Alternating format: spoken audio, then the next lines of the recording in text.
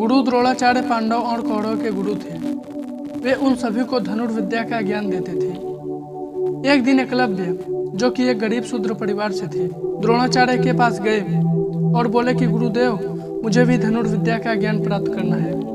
आपसे अनुरोध है कि मुझे भी अपना शिष्य बनाकर धनुर्विद्या का ज्ञान प्रदान करें। किंतु द्रोणाचार्य ने एकलव्य को अपनी व्यथा बताई और कहा कि वे किसी और गुरु से शिक्षा प्राप्त कर ले।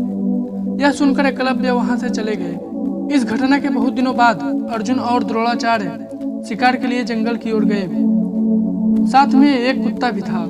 वह कुत्ता अचानक से दौड़ते हुए एक जगह पर जाकर के भौंकने लगा। वह काफी देर तक भौंकता रहा और फिर अचानक ही भौंकना बंद कर दिया। अर्जुन और गुरुदेव को यह कुछ अजीब सा लगा और वे उस स्थान की ओर जाने लगे जहां से कुत्ते की भौंकने की आवाज आ रही थी। उन्होंने वहां जाकर जो देखा वो एक अविश्वसनीय घटना थी। किसी ने कुत्ते को बिना चोट पहुंचाए उसका मुंह तीरों के माध्यम से बंद कर दिया था और वह चाहकर भी नहीं भौंक सकता था। यह देखकर द्रोणाचार्य चौंक उठे और सोचने लगे कि इतनी कुशलता से तीर चलाने का ज्ञान तो मैंने अपने प्रिय शिष्य अर्जुन को भी नहीं दिया है, और ना ही ऐसे भेदने वाला ज्ञान मेरे अलावा यहाँ कोई जानता है। तो फिर ऐसी अविश्वसनीय घटना घटी कैसे? द्रोणाचार्य सोच ही रहे थे कि तभी सामने से एकलव्य अपने हाथ में तीर और कमान पकड़े आ रहे थे। यह देखकर तो गुरुदेव और भी चौंक गए। द्रोणाचार्य ने एकलव्य से पूछा, बेटा तुमने यह सब कैसे कर दिखाया?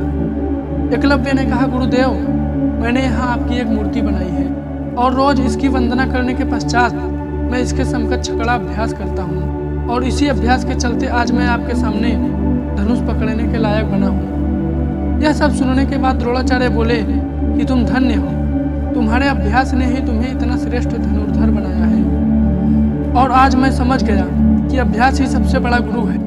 यह कहकर द्रोणाचार्य एकलव्य को गले से लगा लेते हैं। तो दोस्तों, हमारे जीवन में गुरु का बहुत ही बड़ा महत्व होता है, और यदि हम अपने जीवन में अपने गुरु के द्वारा सिखाए गए किसी भी चीज का अभ्यास न करें तो शायद हम उसे अच्छी तरह से नहीं सीख सकते।